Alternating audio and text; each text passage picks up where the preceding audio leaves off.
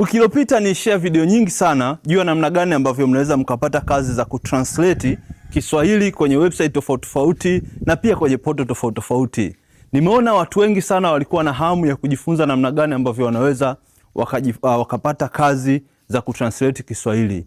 Sasa kwa sababu uhitaji nimeona ni mkubwa, nimeamua kuhosti darasa la bure. Narudia tena, darasa la bure. Sitochaji mtu hata shilingi 100. Nitawafundisha namna gani ambavyo mnaweza mkazipata hizi kazi za translation kwenye majukwaa ya freelancing kama Upwork na Fiverr na Guru bure kabisa.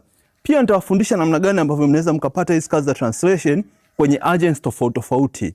Na pia nitawafundisha namna gani ambavyo mnaweza mkapata hizi kazi za translation kwenye portal tofauti tofauti. Na pia nitawafundisha namna gani ambavyo mnaweza mkapata kazi za kutrain AI Kiswahili bure kabisa. Hivyo vitu vyote sichaji mtu hata 100. Lakini sasa changamoto, hilo darasa na rehost kwa kupitia Zoom. Na kama mnavyojua Zoom yangu nimelipia, inachukua watu 100 tu. So kuna njia mbili nafikiri ambazo unaweza ukapata utaratibu wa namna ya kuattend hili darasa. Aidha ukomenti neno lolote kwenye hii posti ama unitumie DM neno translation.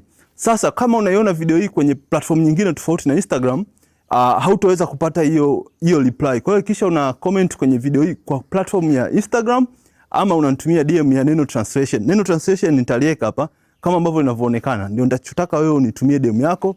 Kisha tarehe na siku ya hilo darasa sijapanga, lakini nitaangalia ratiba yangu lini niko na muda, but nitafundisha bure. Sitomchaji mtu hata 100, nitawafundisha na pia nitawapa resource tofauti tofauti. Lakini kama nilivyosema, ni watumia tu watapata nafasi ya kuattend hilo darasa, na darasa ambalo nitawafundisha vitu vingi sana, na nyinyi mtakuwa ni mashuhuda na baadhi yenu mtakuwa mashahidi namna gani ambavyo ni rahisi kupata kazi za kutranslate.